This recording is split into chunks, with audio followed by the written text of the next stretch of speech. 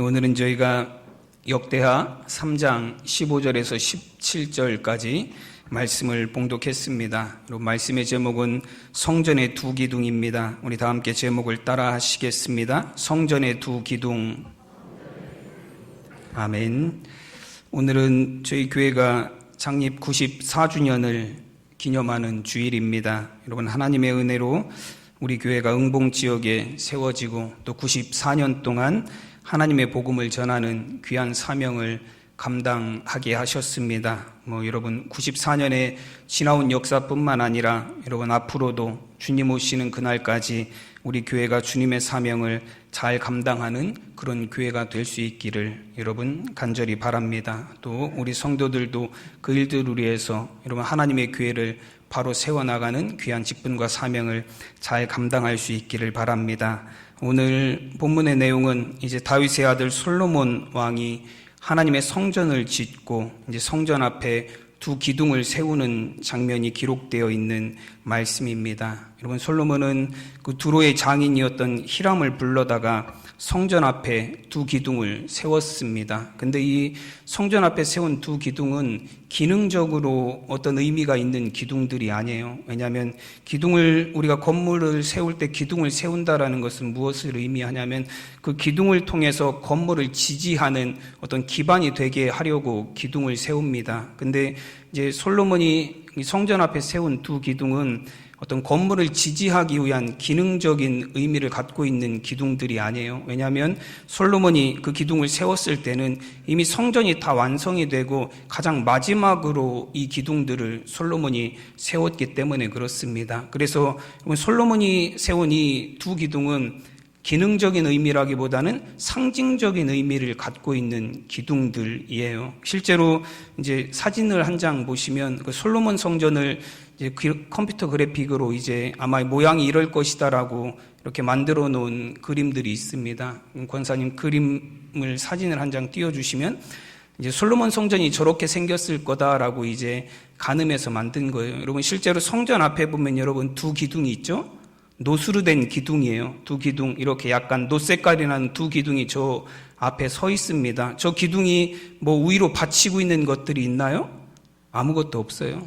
저 기둥은 무언가를 받치고 지지하기 위한 목적으로 기능적인 의미로 세워진 기둥이 아니라는 거예요. 저 기둥은 상징적인 의미, 이 성전이 갖고 있는 상징적인 의미를 보여주기 위해서 맨 마지막에 성전 앞에 세워놓은 기둥입니다. 그리고 솔로몬은 이 두 기둥을 세우고 그 두 기둥의 이름을 야긴과 보아스라는 이름으로 지어주었습니다. 오늘 17절 말씀해 보시면 그 두 기둥을 성전 앞에 세웠으니 왼쪽에 하나요 오른쪽에 하나라. 오른쪽 것은 야긴이라 부르고 왼쪽 것은 보아스라 불렀더라 말씀합니다. 여러분, 우리가 야긴과 보아스라는 말은 너무 많이 들어보셔서 그 의미들을 다 알고 계실 거예요. 여러분, 야긴은 그가 세우리라 라는 의미를 갖고 있고 보아스는 그에게 능력이 있다라는 의미를 갖고 있습니다. 여러분, 이것은 이 두 기둥이 하나님의 성전 앞에 세워지고 이 두 기둥이 상징적인 의미를 갖고 있다는 것은 무엇을 의미하냐면 하나님의 성전을 세우시고 하나님의 나라를 세우시고 하나님의 나라를 이끌어 가시는 분은 하나님이시다라는 거예요. 여러분, 세상의 권력과 힘과 능력이 하나님의 나라를 세우고 성전을 세우는 것 같지만, 사람에 의해서 성전이 세워지고 건축되는 것 같지만 결코 그것은 사람이나 세상의 권력에 의해서 세워지고 이끌어지는 것이 아니라 오직 하나님이 성전을 세우시고 하나님이 나라를 세우시고 하나님이 성전을 이끄시고 통치하시고 하나님의 능력으로 그의 나라를 통치하신다라는 상징적인 의미를 갖고 있습니다. 여러분, 이래서 이 성전 앞에 두 기둥이 상징적으로 그 앞에 서져 있는 거예요. 여러분, 엄밀히 말하면 성전을 지은 사람은 누구라고 볼 수 있죠? 솔로몬이라고 볼 수 있습니다. 그래서 오늘날까지도 우리가 이 제1성전을 우리가 뭐라고 부르냐면 솔로몬 성전이라고 사람들이 계속 불러요. 제2성전은 뭐라고 부르죠? 스룹바벨 성전이라고 부릅니다. 제3성전은 헤롯 성전이라고 불러요. 왜냐하면 그 사람들이 그 성전을 지은 사람들이기 때문에 그렇습니다. 여러분, 만약 자신이 세웠다라는 것을 드러내고자 하는 그런 생각이 있었다면, 여러분, 솔로몬이 만약에 내가 이 성전을 세웠다라는 걸 드러내고 싶은 마음이 있었다면 솔로몬이 두 기둥을 세우고 그 두 기둥의 이름을 뭐라고 지었어야 될까요? 하나는 다윗이라고 지었어야 되고 다른 하나는 솔로몬이라고 지었어야 돼요. 여러분, 그게 맞는 것 아닙니까? 왜냐하면 성전을 지으려는 모든 준비는 누가 다 해놨어요? 아버지인 다윗 왕이 다 해놨습니다. 그리고 아버지가 준비한 것을 가지고 그 아들이 하나님의 성전을 지었어요. 만약에 그 성전을 누가 지었는지를 알리고자 했다면, 그 성전을 지은 것이 나의 공로다라는 걸 사람들에게 알리고 싶었다면 그 기둥의 이름을 다윗과 솔로몬이라고 지었어야 돼요. 근데 솔로몬은 그 기둥을 다윗과 솔로몬이라는 이름으로 지은 것이 아니라 야긴과 보아스라는 이름을 지었습니다. 여러분, 이 기둥은 성전을 지탱하는 기능적으로는 아무런 의미가 없는 기둥이에요. 그러나 솔로몬의 성전 안에 세워진 수많은 기둥들보다도 성전의 건축물을 지지하고 있는 많은 기둥들보다도 훨씬 더 중요한 의미를 갖고 있어요. 여러분, 성전은 하나님이 세우시고 하나님의 능력으로 이끌어 가시는 곳이 바로 하나님의 성전이라는 것입니다. 여러분, 우리 교회도 94년의 역사 속에 아마 지금 우리가 예배드리는 이 성전이 세 번째 성전으로 알고 있습니다. 송성리에서 처음 교회가 시작이 되었고, 그 이후에 이곳으로 옮겨와서 처음 교회가 세워졌었고, 이제 그 교회 이후에 1997년에 지금 성전이 다시 세 번째 성전이 여기에 세워진 거예요.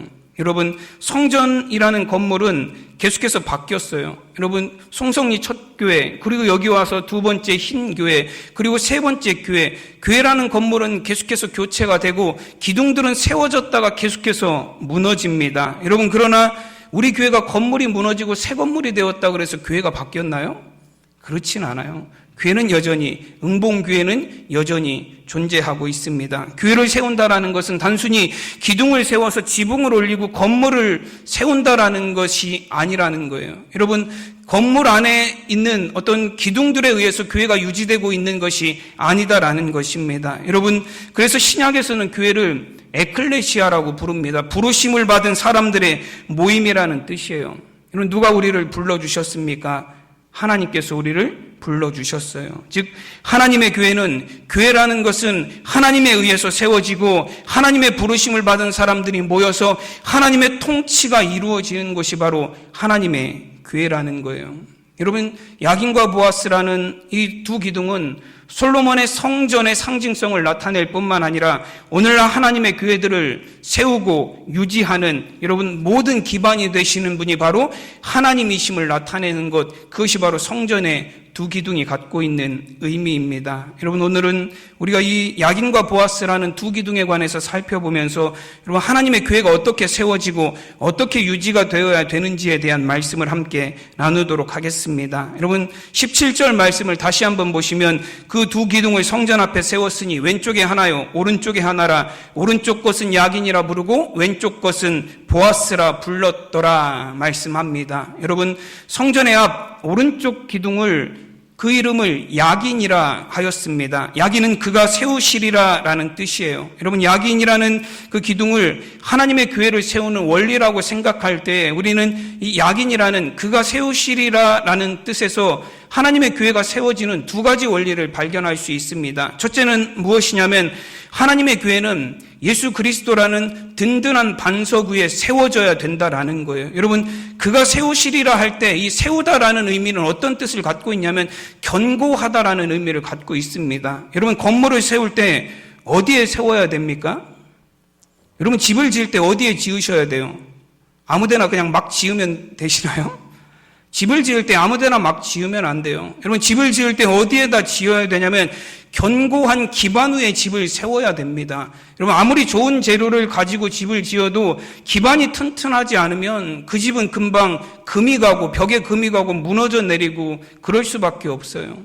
여러분, 집을 짓는 데 있어서 가장 중요한 요소는 무엇이냐면 그 기반이 얼마나 튼튼한 곳에 집을 짓는가 라는 것입니다. 그래서 예수님께서도 마태복음 7장에서 보시면 반석 위에 세운 집 그리고 모래 위에 세운 집에 관해서 말씀을 하십니다. 반석 위에 세운 집은 바람이 불고 비가 오고 창수가 나도 그 집이 견고해서 무너지지 않지만 모래 위에 세운 집은 바람이 불고 비가 오고 창수가 나면 그 집이 무너짐이 심하다라고 예수님이 말씀하셨어요. 여러분 마태복음 7장 25절에서 27절 말씀에 보면 비가 내리고 창수가 나며 바람이 불어 그 집에 부딪히되 무너지지 아니하나니 이는 그 주추를 반석 위에 놓은 까닭이요 누구든지 나의 이 말을 듣고 행하지 아니하는 자는 그 집을 모래 위에 지은 어리석은 사람 같으리니 비가 내리고 창수가 나고 바람이 불어 그 집에 부딪힘에 무너져 그 무너짐이 심하리라 말씀합니다. 모래 위에 집은 집은 무너지되 그 무너짐이 심해서 완전히 폭삭 가라앉는다라는 말씀이에요. 여러분 하나님의 교회는 든든한 반석 위에 세워져야 됩니다. 그럼 예수 그리스도라는 든든한 반석 위에 교회가 세워져야 한다라는 것입니다. 여러분 교회는 단순히 건물이 아니에요. 여러분 우리가 정말로 교회를 잘 짓는 것, 건물을 잘 짓는 것도 중요하지만 교회는 단순히 건물적인 의미로서 튼튼한 땅 위에 지어진다라는 그런 의미로 받아들이면 안 된다라는 거예요. 여러분 마태복음 16장에 보면 베드로의 고백에 관한 말씀이 나옵니다. 여러분 예수님께서 제자들에게 물으세요. 사람들이 나를 누구라 하느냐? 그때 제자들이 대답하기를 어떤 사람들은 예수님을 세례 요한이라 하기도 하고 어떤 사람들은 엘리야라고 하기도 하고 어떤 사람들은 예수님을 예레미야라 하기도 하고 혹은 선지자 중에 하나라고 말하기도 합니다. 라고 제자들이 대답을 했습니다. 그때 예수님께서 제자들에게 다시 물으시죠. 그러면 너희는 나를 누구라 하느냐라고 물으셨어요. 그때 베드로가 무엇이라 대답합니까? 마태복음 16장 16절 말씀에 보면 시몬 베드로가 대답하여 이르되 주는 그리스도시요 살아계신 하나님의 아들이시니이다 라고 대답했습니다. 여러분 베드로의 이 고백 이후에 예수님께서 베드로의 이름을 바꿔주셨습니다. 우리 성경에서는 계속해서 처음부터 베드로 나오지만 원래 베드로의 이름은 베드로가 아니에요. 원래 베드로의 이름은 뭐죠? 네, 시몬이에요. 원래 베드로의 이름은 시몬입니다. 우리가 게바라고도 알고 있지만 게바나 베드로나 똑같은 이름이에요. 게바는 이제 아람식 이름이고 베드로는 헬라식 이름이고 그것에만 좀 차이가 있을 뿐이지 베드로나 게바나 같은 이름입니다. 근데 원래 이 베드로의 이름은 무엇이었냐면 시몬이에요. 그래서 우리가 가끔 성경에 보면 시몬 베드로라고 그렇게 기록되어 있는 이름을 발견할 수가 있어요. 여러분 원래 이 베드로는 시몬이라는 이름을 가졌던 사람이에요. 근데 예수님께서 베드로의 이 고백 이후에 주는 그리스도이시고 살아계신 하나님의 아들이십니다라는 고백 이후에 예수님께서 베드로의 이름 시몬이라는 이름을 가진 사람을 베드로라는 이름으로 바꿔주셨어요. 그리고 베드로라는 이름은 어떤 뜻이죠? 반석이라는 의미를 갖고 있습니다. 그리고 베드로를 향해서 예수님이 이렇게 말씀하셨어요. 마태복음 16장 18절에 보시면 또 내가 내게 이르노니 너는 베드로라 내가 이 반석 위에 내 교회를 세우리니 음부의 권세가 이기지 못하리라 말씀하셨습니다. 여러분 예수님께서 너는 베드로라 말씀하시고 내 위에 교회를 베드로 위에 교회를 세우시겠다라고 말씀하셨어요. 반석 위에 교회를 세우시겠다라고 말씀하셨습니다. 여러분 그것은 어떤 의미입니까? 베드로의 믿음 위에 주는 그리스도이시고 살아계신 하나님의 아들이시라는 그런 고백과 믿음 위에 하나님이 교회를 세우시겠다라는 거예요. 여러분 교회는 예수님이 우리의 구세주이심을 예수님이 우리의 그리스도이심을 예수님이 우리의 유일한 구원자이심을 믿는 믿음의 기초 위에 세워지는 게 하나님의 교회입니다. 이런 교회는 세상의 어떤 가치 위에 세워지는 교회가 아니에요. 여러분 세상의 회사들이나 세상에 세워지는 설립되는 가게들이나 여러 가지 사업들은 여러분 세상의 가치를 기준으로 해서 기반 위에 세워집니다. 그러나 여러분 하나님의 교회가 세워지는 하나님의 교회를 든든히 세우는 반석은 오직 예수 그리스도 한 분이십니다. 여러분 메시지 성경에 보면 약인이라는 이 단어를 안전이라고 그렇게 번역을 했어요.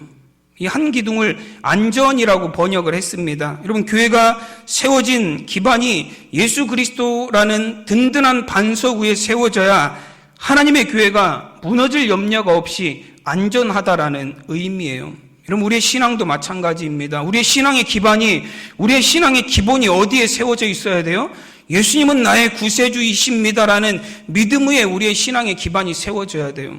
여러분, 그것 외에 다른 어떤 기반 위에 우리의 신앙이 세워져서는 안 됩니다. 왜냐하면 다른 기반 위에 세워진 신앙은 무너질 수밖에 없기 때문에 그래요. 여러분, 요즘 코로나가 거의 끝나가기는 하지만 코로나에 관한 그 후유증에 관한 기사들이 요즘에 계속 나오고 있어요. 며칠 전에 국민일보 기사를 봤더니 그 국민일보 미션란에 기사 제목이 이런 제목이 있었습니다. 코로나 이후 성도 20% 줄었다라는 기사 제목이에요. 그래서 좀 내용이 궁금해서 살펴봤습니다. 근데 왜 줄었는지는 정확하게 기록하고 있지 않아요. 근데 평균적으로 이제 도심권에 있는 교회와 또 이제 시골 지역에 있는 교회를 비교하면서 어느 정도 줄었나를 이렇게 살펴봤더니 평균적으로 20% 정도는 교인들이 줄었다라고 이야기합니다. 여러분들이 생각하시기에는 20% 줄은 이유가 뭐라고 생각을 하세요? 20% 돌아가셨나요? 아니에요. 그렇지 않습니다. 코로나 걸릴까봐 두려워서인가요? 초반에는 그런 분들이 좀 있었어요. 코로나 걸리는 것이 무서워서 교회 나오기 힘든 분들 있었습니다, 솔직히. 근데 지금은 그런 두려움 때문에 교회를 안 나올 만한 시기는 아니에요. 이미 코로나가 거의 끝나가고 이제 정부에서도 앞으로 4주가 지나면 이제 코로나 격리 기간도 사라질 것 같아요. 앞으로는 이제 숫자를 계수하는 것도 지금도 예산에 20명, 30명씩 하루에 나온다고 계속 그 안전 문자가 오고 있는데요. 그런 일들도 사라질 것 같아요. 지금은 이제는 누구도 코로나에 대해서 그렇게 크게 경각심을 갖고 있지 않은 그런 시점이 왔습니다. 2년 넘게 어려웠지만 이제는 코로나로 인해서 일상이 회복이 되고 있는 그런 시점이에요. 그런데도 불구하고 20%라는 사람들은 여전히 하나님의 교회를 나오지 않는다라는 거예요. 코로나가 두려워서 안 나왔으면 코로나가 끝났으면 다시 나와야 되잖아요. 근데 20%는 복구가 되지 않을 거다라고 예측을 하고 있습니다. 여러분, 왜 많은 사람들이 교회를 떠나고 신앙을 포기하고 여러분 자신이 섬겨왔던 교회를 더 이상 출석하지 않게 되었습니까? 그들의 신앙의 기반이 예수님은 나의 유일한 구세주이십니다라는 믿음 위에 서 있지 않기 때문에 그래요. 여러분, 예수님이 나를 구원하실 유일한 구세주라는 참된 믿음이 있다면 어떻게 예수님을 떠날 수 있습니까? 어떻게 우리가 신앙을 포기할 수 있습니까?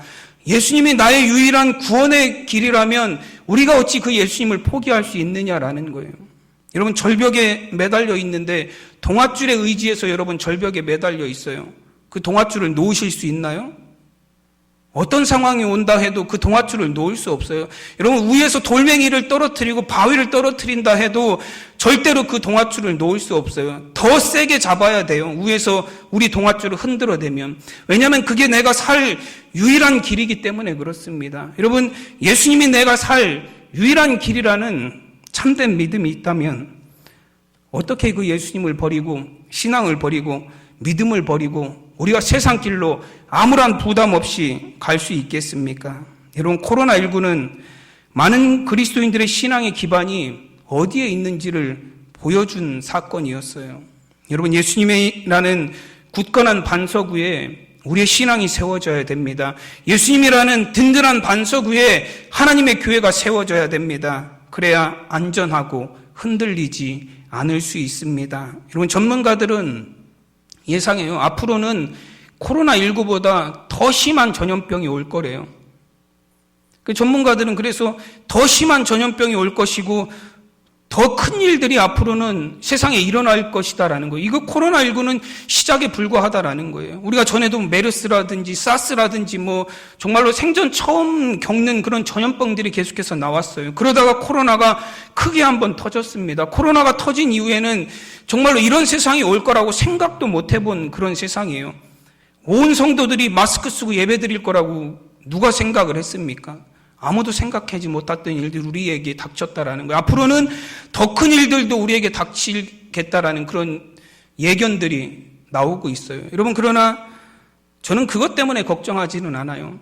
더 큰 일이 일어날 거다, 더 큰 전염병이 일어날 거다, 여러분 그런 것 때문에 염려할 필요가 없어요. 왜냐하면 우리 신앙이, 하나님의 교회가 예수 그리스도라는 든든한 반석 위에 세워져 있기만 하면 우리는 그런 것 두려워할 필요 없습니다. 우리가 정말로 두려워해야 될 것은 무엇이에요?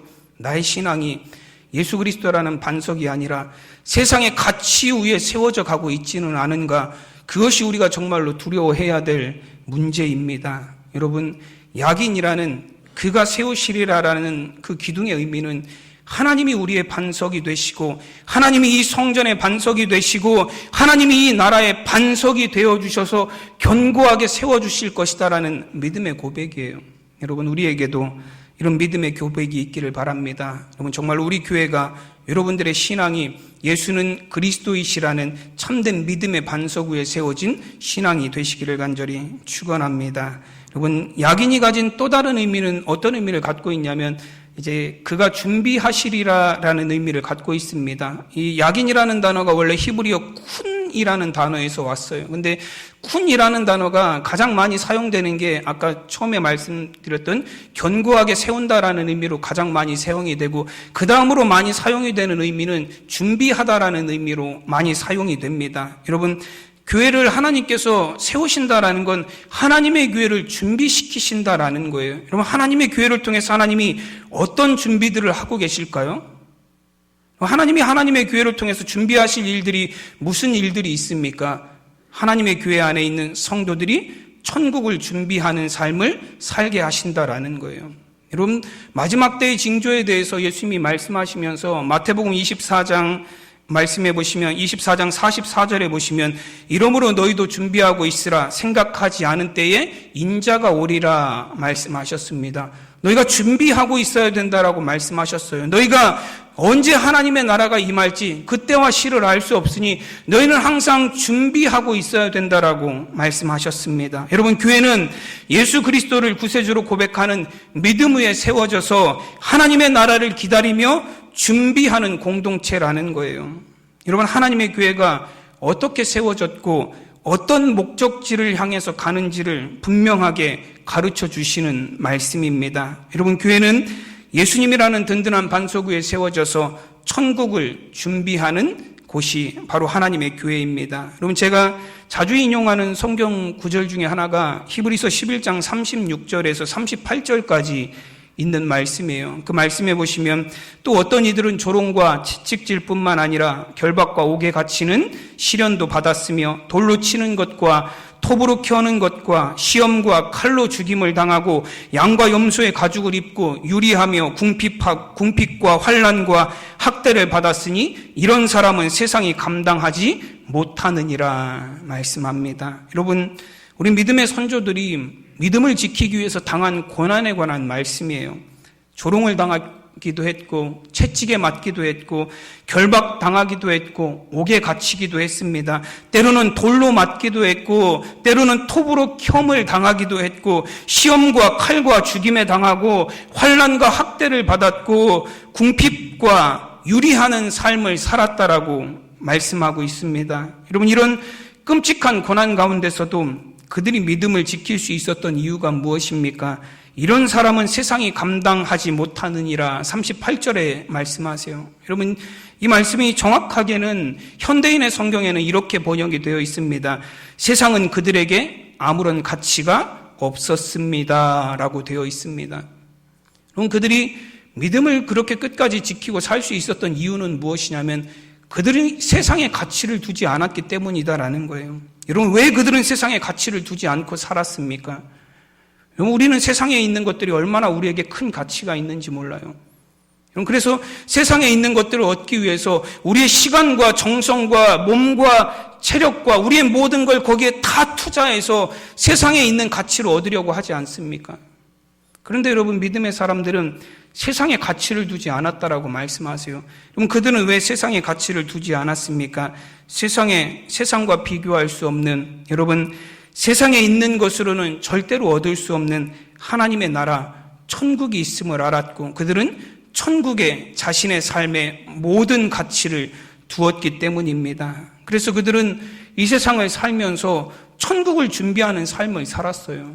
그래서 때로는 고난을 당해도, 때로는 배고픔을 당해도, 때로는 환난과 핍박을 당해도 그들은 그 믿음을 끝까지 포기하지 않을 수 있었던 거예요. 왜냐하면 그 믿음의 삶이 내가 하나님의 나라, 내가 최종적으로 가야 될 나의 목적지인 하나님의 나라를 준비하는 삶의 과정임을 알았기 때문에 그렇습니다. 여러분, 하나님은 이 땅에 세우신 하나님의 교회를 통해서 하나님의 백성들을 준비시키십니다. 하나님의 나라, 천국을 향한 삶을 살기에 부족함이 없도록 하나님께서 우리를 준비시켜 주십니다. 여러분, 하나님의 교회는 그 이유로 세워졌어요. 여러분, 정말 하나님께서 반석 위에 세우셔서 그리스도인들을 견고하게 붙드시고 또한 그들이 하나님의 나라에 갈 수 있도록 준비시키시는 곳, 그것이 바로 하나님의 교회입니다. 하나님이 교회를 세우신다라는, 그가 세우시리라라는 약인에는 그런 의미들을 포함하고 있습니다. 여러분, 그리고 이제 보아스라는 이제 왼편에 세워진 그 기둥에 대해서 우리가 한번 살펴보도록 하겠습니다. 여러분, 이제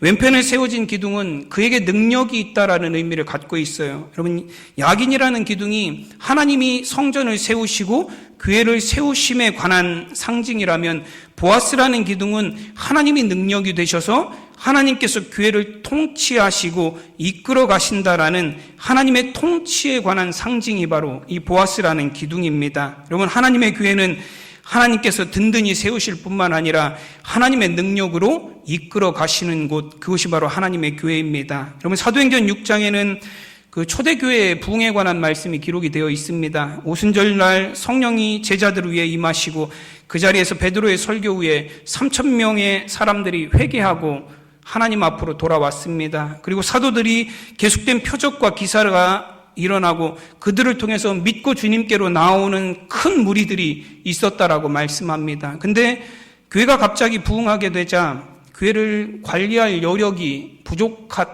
부족한 일들이 생긴 것 같아요. 그래서 교회 안에 문제가 생기기 시작했습니다. 사도행전 6장 1절 말씀에 보면 그때 제자가 더 많아졌는데 라고 말씀하세요. 부흥했다라는 거예요.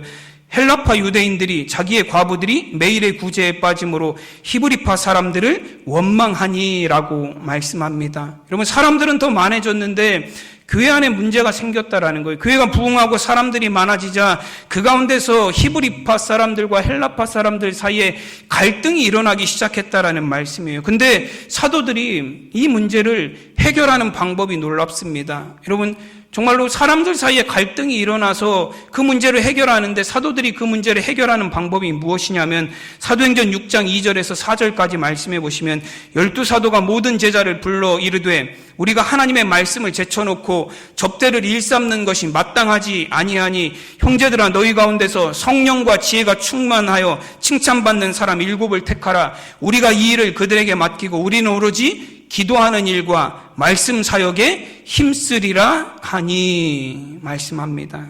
여러분, 교회 신자들이 늘어나고 부흥하게 되자 사도들이 어떤 일을 소홀하게 되었다라는 거예요? 기도하고 말씀 사역하는 일을 소홀히 하게 되었다라는 거예요.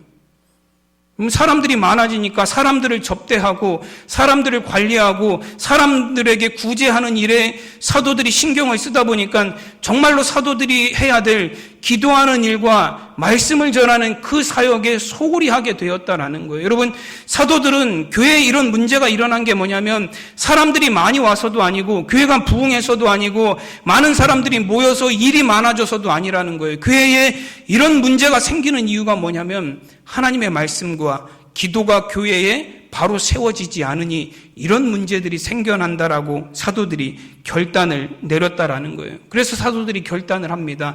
다른 7사람을 세워서 이 일들은 맡기고 우리는 오로지 기도하는 일과 말씀 사역에 힘쓰리라. 여러분, 그리고 그 이후에 사도행전 6장 7절에 어떤 일이 일어납니까? 하나님의 교회의 말씀이 흥왕하여서 믿는 자들이 더 늘어나고 허다한 제사장의 무리도 이 도에 복종하니라 말씀합니다.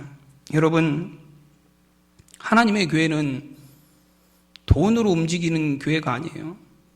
여러분, 사람의 힘과 능력으로 움직이는 교회가 아닙니다. 하나님의 교회는 하나님의 능력으로 지금도 하나님께서 이끌어 가시는 곳, 그것이 바로 하나님의 교회예요. 여러분, 사도 베드로는 성전 미문에 앉아있던 안진뱅이를 향해서 예수의 이름으로 선포하면서 이렇게 말했습니다.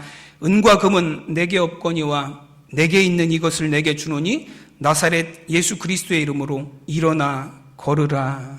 아멘. 여러분, 은과 금은 없지만 사도들에게 무엇이 있었어요?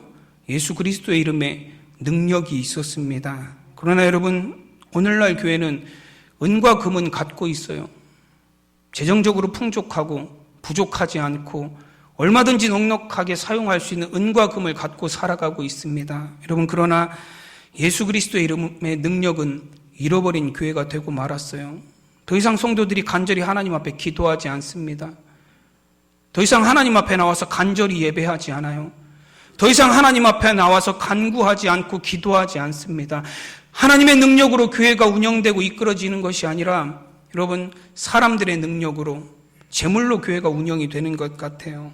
여러분, 정말 하나님의 교회가 깨달아야 됩니다. 은과 금이 아니라 하나님의 능력으로, 예수 그리스도의 이름의 능력으로 세워져 가는 것이 하나님의 교회임을 깨닫는 저와 여러분이 되시기를 바랍니다. 여러분, 유대인들은 그 하나님의 말씀, 율법인 성전을 이 성경을 굉장히 중요하게 생각합니다. 그리고 성경과 더불어서 유대인들이 굉장히 중요하게 생각하는 그런 책이 뭐냐면 탈무드라는 책을 유대인들은 굉장히 중요하게 생각해요. 그들은 성경과 탈무드를 항상 두 가지 가장 중요한 경전이라고 보고 있어요. 이 탈무드는 성경을 해석한 내용들이에요. 그래서 이제 성경을 처음으로 이제 풀어놓은 게 미드라시라는 책이고, 그 미드라시라는 책을 또 해석한 게 미슈나라는 책이고, 또 미슈나에서 이제 게마라라는 또 책이 나오고, 뭐 여러 가지 탈무드들이 나왔습니다. 근데 그 성경을 이제 잘 해석해서 이제 종류별로 묶어놓은 책이 이제 탈무드인데,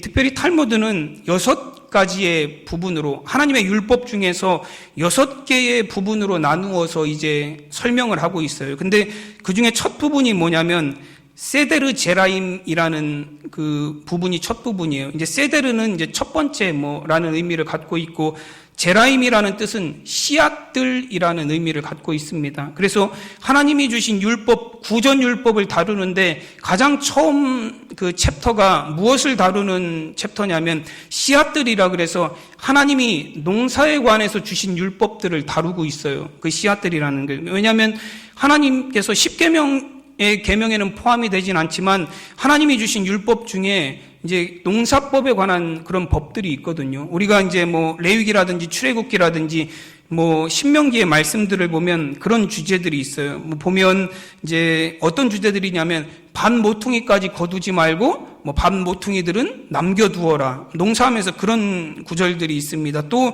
어떤 구절들이 있냐면 포도원에 이제 그 종자를 뿌릴 때 두 종자를 섞어 뿌리지 말라라는 그런 법도 있어요. 또 밭을 갈 때에 소나 나귀를 같이 결의해서 밭을 갈지 말라라는 그런 법도 있습니다. 뭐 우리에겐 생소하지만 성경에 그런 율법들이 있어요. 근데 그런 농사에 관한 율법들을 이제 세레드 제라임이라는 그 탈무드 첫 번째 장에서 다루고 있습니다. 근데 이 세레드 제라임, 농사에 관한 율법을 다루는 이 탈무드 첫 책의 첫 단락을 무엇으로 시작을 하냐면 베라코트라는 히브리어를 해석하면 축복 기도라는 그런 의미를 갖고 있어요.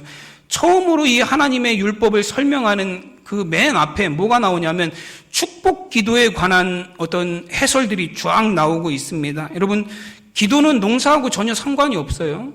근데 이 탈무드에는 축복 기도가, 농사에 관한 설명을 하기에 앞서서 축복 기도가 가장 처음에 나와요. 왜 여러분 이 농사에 관한 율법을 다루면서 축복 기도가 가장 처음 다뤄지는 주제가 되었겠습니까? 여러분, 그 이유는 무엇이냐면 그 땅에서 자라나는 과실과 농산물의 수확은 하나님에게 달려 있다라는 거예요.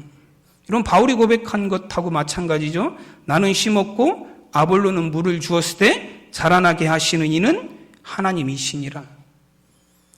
여러분, 우리가 노력하지만, 우리가 힘을 다하지만, 우리가 농사짓고 때에 따라서 종자를 뿌리지만 이것을 통해서 우리에게 열매를 거두게 하시는 분은 하나님이시다라는 거예요.